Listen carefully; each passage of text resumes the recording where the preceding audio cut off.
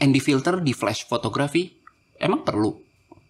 Kita bahas bareng yuk semuanya di channel kecil gue, Cerita Febri Joko. Musik!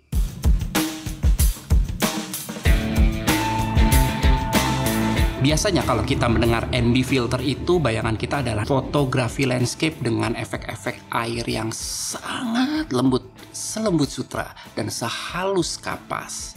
So smooth. Bayangan teman-teman kalau misalkan ND filter dipakai untuk flash fotografi seperti apa? Kita cari tahu bareng-bareng. Tapi sebelumnya, gua akan memberikan informasi terlebih dahulu supaya mengerucut. Informasi ini hanya untuk penggunaan pada flash fotografi di outdoor, teman-teman.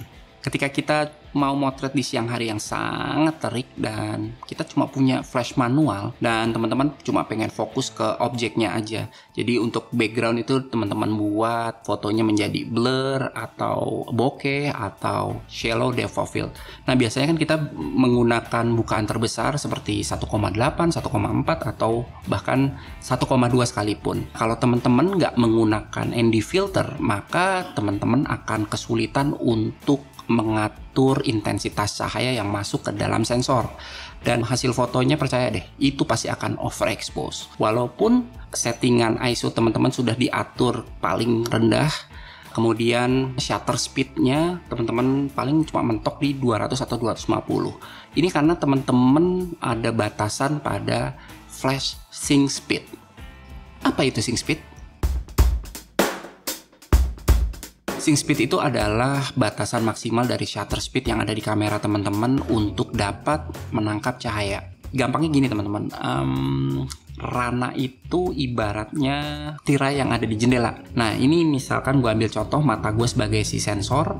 Jadi once teman-teman menekan shutter di kamera, itu tirai pertama dia akan turun. Set. Nah, si sensor ini dia langsung akan menangkap cahaya, dan sesaat kemudian tirai kedua akan menutup sensor kamera teman-teman.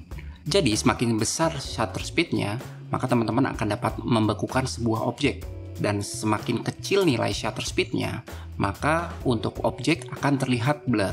Nah, untuk nilai sync speed itu semua tergantung dari produsen kamera. Tapi biasanya nilai sync speed itu di antara di 200 atau 250, bahkan ada yang 160 kayak misalkan kameranya Lumix itu di 160. Apa yang terjadi kalau misalkan teman-teman memotret melebihi dari nilai sync speed? Misalkan teman-teman motret dengan menggunakan shutter speed 500 atau bahkan lebih, yang terjadi adalah foto teman-teman akan gelap sebagian atau bahkan gelap sama sekali dan tidak ada cahaya. Kenapa? Karena sensor dari kamera itu belum bisa menangkap secara penuh cahaya yang masuk ke dalam sensor kamera. Udah mulai paham sekarang? Kita lanjutin ke penjelasan ND filter. ND filter itu ibaratnya adalah kacamata hitam, yaitu mengurangi intensitas cahaya yang masuk ke dalam sensor. Tingkat kegelapan dari ND filter itu beda-beda, tapi yang umumnya digunakan untuk flash fotografi atau strobis adalah ND8, yang mana bisa menurunkan intensitas cahaya sebanyak 3 stop.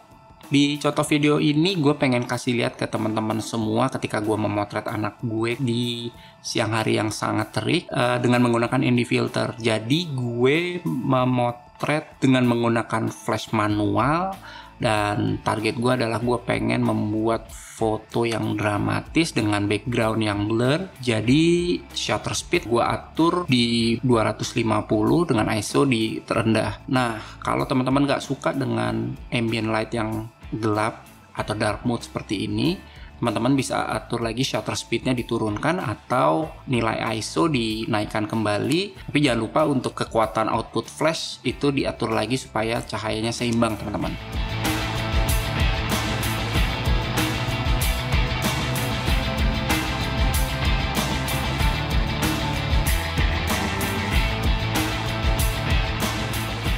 Semoga video ini memberikan insight dan teman-teman mendapatkan manfaat buat kehidupan fotografi teman-teman semua. Ambil kameranya dan terus berkarya. Kalau teman-teman ada pertanyaan atau teman-teman ingin kasih inputan, silahkan bisa tulis di kolom komentar di bawah. Kalau mau nonton video gue yang lainnya, silahkan klik aja videonya. Febri Joko, sign out.